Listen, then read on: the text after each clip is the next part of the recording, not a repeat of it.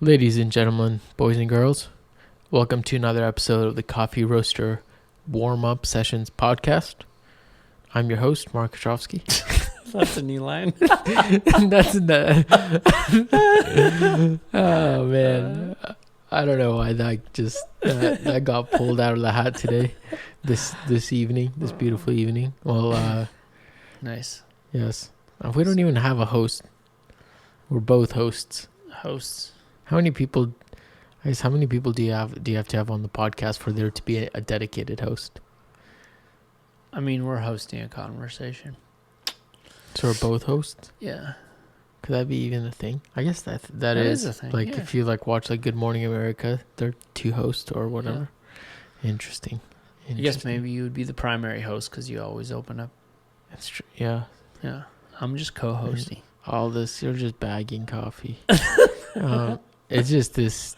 Yeah, it's very, very interesting. This podcast lingo, 90 episodes deep, and I still don't know what I would call myself. Well, folks, let's get into this. Let's pour some batchy. Let's do it.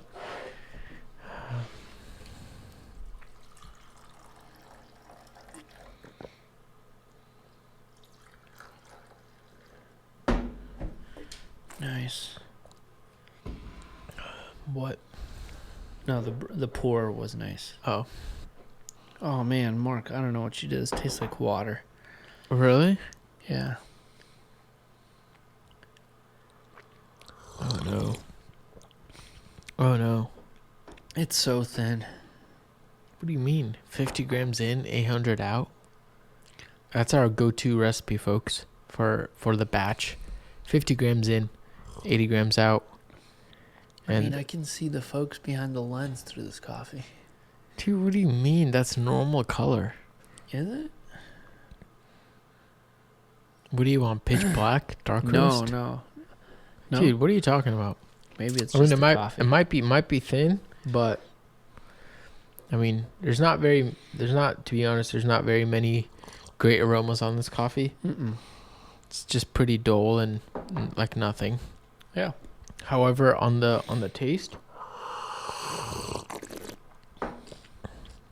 All right, let me guess your flavor note. You're going to say sorbet. dude, not even close. This coffee's not that good. Whatever I'm going to say, I'm probably reaching. I can't taste anything. I'm picking up some florals on the back end. Nice. It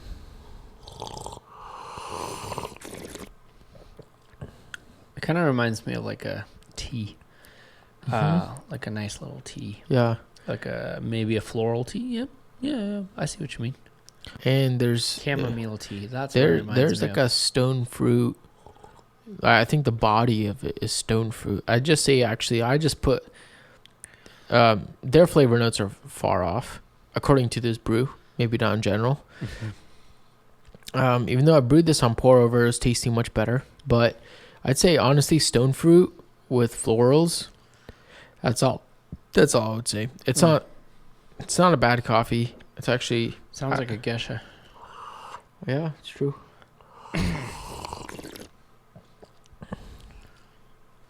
You know how people always use lingo like, man, that's like a fruit bomb. Yeah. Man. Some people say, man, that's like a floral bath bomb. Dude. Some people go as far as saying, It's a man, field of plants. It's a field of weeds. when are we going to hear stuff with you? That's a chocolate bomb. Dude.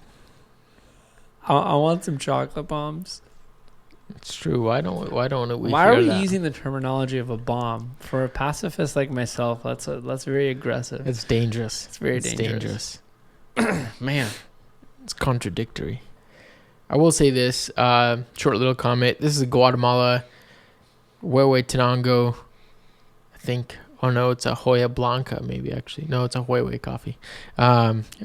It's a Margot Gipe from Vista del Bosque, which is a coffee that, not to give it away, but will also be, it might be coming to a website near you. Yeah. However, this is from a different roasting company.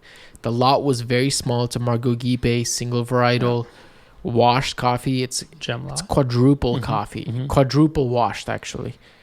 That's what the producer told me. Oh wow. On FaceTime. Nice. Anyway, I'm just like hanging out with Edwin, and he's like, "Oh yeah, I'm just on the phone with Wilmer Castillo here, or Sick. whatever." Yeah. But yeah, he wanted to wash it 4 times for it to be extra clean, extra crispy. That's my kind of coffee. But yeah, so I bought this coffee from this roasting company that had it as well. Just wanted to see what they were doing with it, which, in my opinion, I judged them very wrong. According to their branding, according to the website, I'm just going to call myself out there. I was like, I don't think that this is going to be very great. I don't know. And then I got it, brewed a couple pour overs, and I'm like, actually, this is like actually a really decent roast. And I was pretty... Yeah, I mean, we basically split the lot 90-10 with them, right? They got 90% of it. Something like that, yeah. Yeah, so kudos to them. Yeah. Taking a very good, tasty coffee. Very good. Yeah. Right from under us, but still got a sack, so that's good. It's Yeah. going to be a fun coffee to drop. For sure. I'm stoked. We're going to have a very interesting menu coming up, speaking of coffees. Very interesting, because I'm thinking through our menu that's going to drop in January, and I'm like, there's a lot of similarities. A lot. This is like it's way different direction. Yeah, it's such a different menu. Yeah, without trying to than say what we've ever had too much right now, it's just going to be very nice. I mean, good thing is, like, we have a lot of star producers we've worked with for a while coming back, and I love that, you know. I'm glad that more than actually 90% of the menu is returning producers, which is, in my opinion, that's fantastic. Yeah. That's what I think is actually really a big part of sustainability that nobody wants to talk about, but they do want to talk about 90 plus geishas and call that sustainability. But the fact that you can go back to the same producer is a big deal. Yeah. And so I actually didn't think about it until now you're mentioning. It's a lot of the similar producers we've served in the past, because they're really star producers in Guat, Ethiopia, Colombia. However, their coffees with flavor profiles very different than what we've served before, which is very exciting. And we're only going to have one natural, right? Yeah. That's it. One natural, one really special process we have never dropped before. And to be honest, to kick this conversation off, top 5 favorite coffees of 2022, I will say, is this coffee that we're going to drop here in 2023. Unfortunately, it should have been dropped 6 months ago. I'm going to be honest. Probably would taste better as well. But I will say it's a fantastic coffee. If anybody knows that I don't like floral coffees, and that's why I used to fight you on that a long time ago. Exactly. And I'm kind of like 50-50 on like geisha. Some geishas end up tasting like lemongrass and grass to me, and I'm like, that's not great. But I will say this really opened my eyes to what a tasty, sweet, fruity, floral man, you guys, it's a ripper. Juicy. Yes. Yeah. It's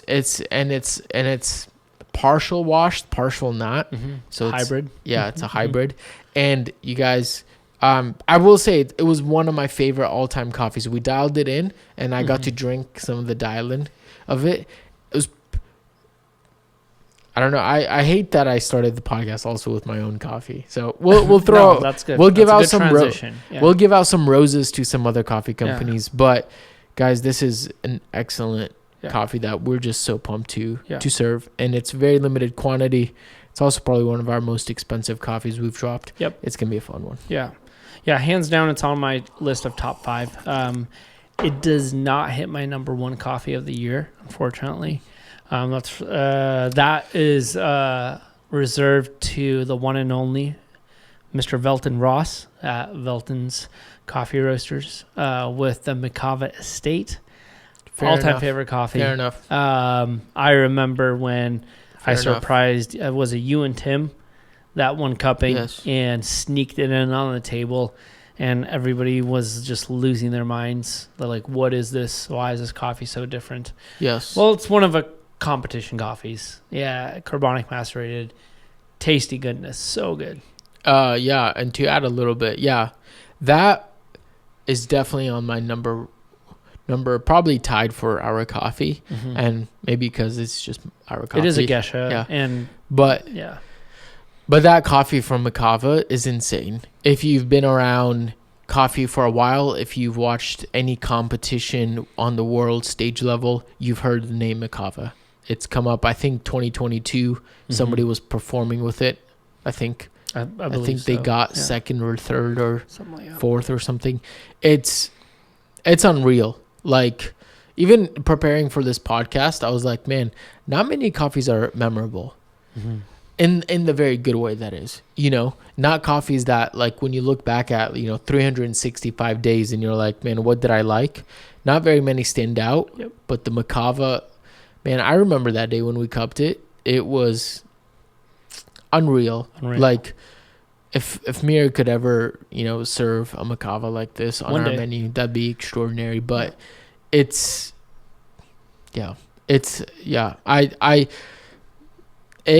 you're listening to this podcast and you see a Macava coffee anywhere, let alone maybe it appears on your like a favorite roasting company, you don't think twice and you go and you snag it.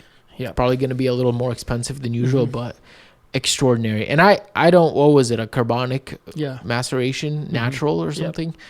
And I don't like coffees like these normally, but this was I remember convincing one of my regulars to buy it because, like a lot of Velton's coffees, the packaging is not flashy, low key, and it just sits.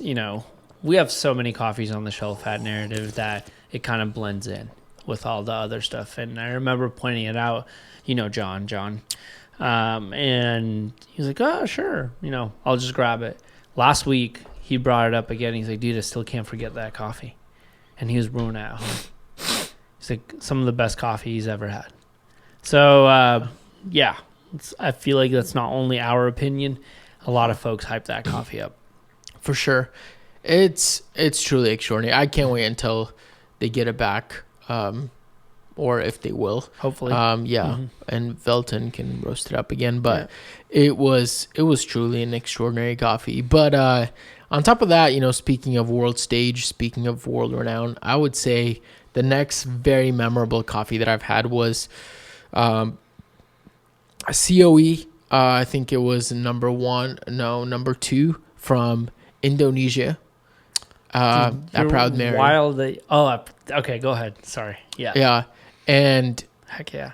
And this is because, like, part of it is sentimental because we've been talking about Indo before Indo was cool. Now it's cool. It's getting there. Yep. And so it's exciting to see, Indonesia just had their third or second COE. I think so. Maybe it's I'm butchering in progress. This. Yeah. It's like their second annual or something like that. But anyways, the fact that they're getting notoriety, the fact that 10 years ago you would never have even imagined that coffees of this caliber would be coming out of Indo, and them tasting absolutely spectacular. Like the coffee that I had at Proud Mary in their cafe down in Portland, of their COE, was extraordinary. Just and even Justin, I think he from the Barista Narrative, he went and got I got the first something like it was like the second and third place, and he got the third place, which he said he considered was better than the second place one. And the second place one was already, I think, was just extraordinary. Yeah, it was great. It was truly remarkable, which reminds me of the coffee that we received from Indo. That's why I got all giddy in the beginning, because that was on my list as one of my favorite coffees of the year. The little sample that we got from Sasola Coffee in Sulawesi. They won a COE competition last year. they redid some processing and sent us a secret sample that was only harvested just for COE. So the coffee's not for sale. It's only for auction. So we got to taste it, which was felt really honored that Brett went so far to get us this little sample just to see, hey, this is on the horizon. Like, keep an eye out for what's happening in Indo, and y'all are going to be part of it. So we are super stoked about that. Yeah. But yes, the coffee was completely nuts. And that was a sample roast. I think is one of our few sample roasts. So it was just mind-blowing. I remember you saying, dude, this coffee reminds me of one of the Bermuda's coffees. Yes. So, and if you've had any of the Bermuda's coffees, it was probably a mind melter. That was, other than Proud Mary's, production roast in the cafe, other than that, I was going to say I'm tying that at the same level. I told you, it was actually better. And this is not anything against Proud Mary or anything. Mm-hmm. It was more that that's how pumped I am about this Indo coffee that we got a sample of. I still have it. Yesterday or a couple days ago, I opened the package. I still had some of the leftovers, and I'm like, I want to sample roast this, but I also don't because I want to save it. But I'm like, what am I saving it for? Just sample roasting, and you can drink it on pour over or whatever on filter. But wow. That was an extraordinary coffee. It was just so good. My first experience was, wow, this tastes like a Diego Bermudez. And if you've been around on the podcast for a hot minute, we know one of Diego's coffees we've always raved about, especially roasted by Manhattan. Mm-hmm. It's been on batch here, which blew us away. It's probably one of my favorite batch brew experiences on the pod. Which there are not very many great ones, but that was that was iconic. And the first time we had it on the cupping, brewing it was it's fantastic.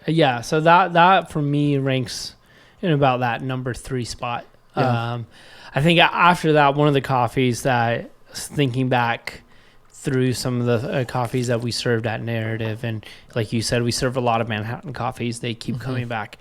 The coffee that stood out to me the most, and this is going to be wild, folks, so get ready, is a decaf from Yeni Esperanza or something like that. It was a Yeni, that's what I remember. That coffee was nuts. We served it as just a wild espresso, not even as a decaf, but just a wild option, and it blew everyone away. And I'm still craving that coffee. I wish, especially as a decaf, you can just keep on drinking it. It was unreal. Yep. One of our podcast listeners, I think, he sent us some coffee of his. He just roasts decaf, very small, low key. I think he roasts on a 1 kilo, just selling to friends and family and stuff like that. But that was one where he's like, hey, what do you think about decaf? What do you think is good? And I'm like, this coffee from Yeni from Manhattan, this decaf was unreal. Yeah. Just, you never, ever, if you've never had it, think about the best decaf you've ever had in your life. Think about what a decaf could taste like in your imagination, and then multiply that by 2, and then you have Yeni. Yep, for sure. It's mind blowing. I think decaf gets a bad rep because a lot of the times with older processing, and older I mean Swiss water processing, that is considered older processing, which is funny because it used to be pretty cutting edge. Yeah. But now with the AE processing, a lot of naturals are coming out in decaf.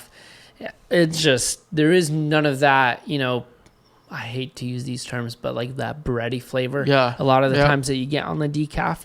I feel like that's a thing of the past. Majority of decafs that I'm having now don't have that bready flavor anymore because a lot of decaf is being processed AE or sugarcane process, which, correct me if I'm wrong, I believe is native and exclusive to Colombia. Yeah, I think so. So I don't think it's not the majority of decaf. Yeah, I guess not the majority. Yeah, but a lot of the decaf that I've had. Yes. I mean, the reason why I love our decaf so much is because of that. Like stone fruit, chocolate, getting citrus on there. Yeah. It's pleasant. Yeah. So I believe, maybe I'm wrong. So if someone from Bold Bean is listening, I believe that Anna Mustafa was one of the first sugarcane processed coffees I had. If they do process, that was also another standout decaf I remember we had a few years ago. Yeah. Nonetheless, none of those compared to Yeni. Yes. So if you can get your hands on that coffee, you just need to. For sure. On top of that, I think the last one on the list for myself, we've been on a guat train here at Mir, low key, cupping, sampling, roasting, tasting, sourcing, a lot of guats. And one guat that was really outstanding on the cupping table was a guat from Max Perez. It was a natural, I think, just a natural. Yep. Truly great coffee. But I was in Canada, in Vancouver, at Propaganda, and they were serving Phil and Sebastian. Yeah. And Phil and Sebastian had a Max Perez, same producer, I think, sounded like it, and it was from the same region, a Geisha Natural. Oh, wow. And that was a ripper. I bought a bag. It was incredible. And then Justin Chow brought over his X54 into the space. We pulled a couple of shots. And one shot from the X54 paired with the Max Perez Geisha was unreal. And then we threw some milk into it. And wow. One of my most memorable shots of the year. It was like tasting like a fruity yogurt. Dang. Like, especially pair that with some nice milk. It was just creamy, fruity, punchy, like a natural in the best way possible. Definitely still like boozy and stuff like that, which is stuff I don't really enjoy about it. But man, it was just felt so clean and so fruity. I don't know. That was exciting. Dang, I missed out on that party. That's for sure.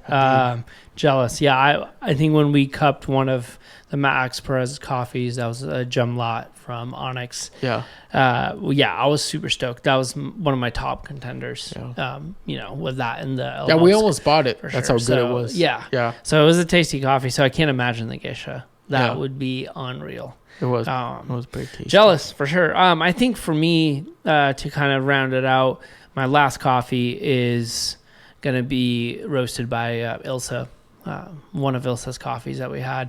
And it was Pastor Ordonez from Colombia, the Bourbon washed. Yeah. It was excellent. Yes. It's one of those coffees that it's my daily driver. Yes.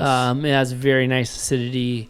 It was just sweet, just tasty. And it wasn't anything insanely funky. Like, I think a lot of my list is full of these wild, crazy coffees, but this coffee was just excellent, but not funky, and just high quality, clean, washed coffee.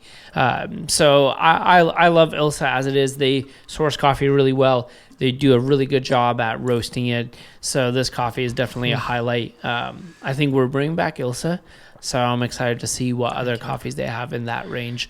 But Pastor Ordonez definitely sticks out to me. Awesome. Any roasting companies you'd recommend? I know we're mere coffee roasters, so it's almost unorthodox or unnatural for us to push other roasting companies. But the better the coffee in the world, the better the world is. So I mean, it's definitely unnatural for us to do this because we like washed coffees. Yo. Come on. Roasting companies that I would recommend. We've named a few. Yes. I think one of the companies that I'm really looking forward to this year is definitely going to be Case. We talked about that. That's one I'm excited to drink. I want to start drinking more Dune coffee.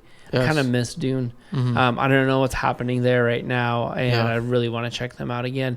Again, I'm excited. We've talked about this already. I'm super excited to see where September coffee goes. Yep. That's a big one for me. Shout out to Kyle. Yeah. So I'm definitely on the lookout for that. And one last thing, a big one that you and I have both been talking about is Prodigal. Yes. Big shout out to Scott Rayo and Prodigal Coffee. Yes. I cannot wait for the launch. I will be one of the first folks to buy a bag coffee. For sure. I would say the same thing. All those roasting companies are great. Man, not to sound like a pessimist, but it's been rough this past year. Even though like we had like this like 20 minutes of talking about roasting companies and coffees, I think that's the minority. Mm-hmm. The majority of coffees we've had, I think, were both not so as exciting. Let's just say that to talk about, it comes down to personal preference. Right. However, there are some gems out there. I'm a huge fan of Ilsa. Mm-hmm. Ilsa is doing an excellent job. Their sourcing, their roasting is always so nice. Prodigal Coffee with Scott. I am beyond excited for that. I will be a regular coffee purchaser from them. Mm-hmm. I think it's going to be excellent. And then let's do one more. I'm not going to mention September, but that's one. I don't know. Maybe I guess I'd say, Regalia. I was just gonna say But that's no fair. I expected that. I've enjoyed Regalia. Regalia was good. Regalia is great. But yeah, I think that's I think that's a great selection right there. Yeah. A lot of stuff to look forward to in 2023. Yeah. Like 2 roasting companies that we just mentioned that have not even started selling coffee yet. Yeah. So this is like something that we've tasted earlier that we know, but for everyone that's listening, keep an eye out on, especially September, and then Scott Rayo's Prodigal. There you go. For sure. Yeah.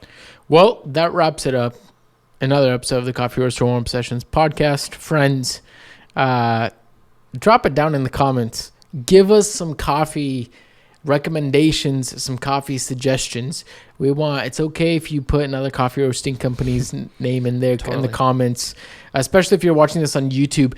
Drop some of the more memorable coffees you've enjoyed this past year. We want to hear about them. I may want to pick up a bag. Mm-hmm. So drop something tasty in there. Hit that subscribe button if you're not subscribed to wherever you're listening to this podcast. Share it with a friend. And thank you so much for listening and taking your time to listen to the podcast or watch it. And remember, folks, always remember one last thing. Reflect what's good.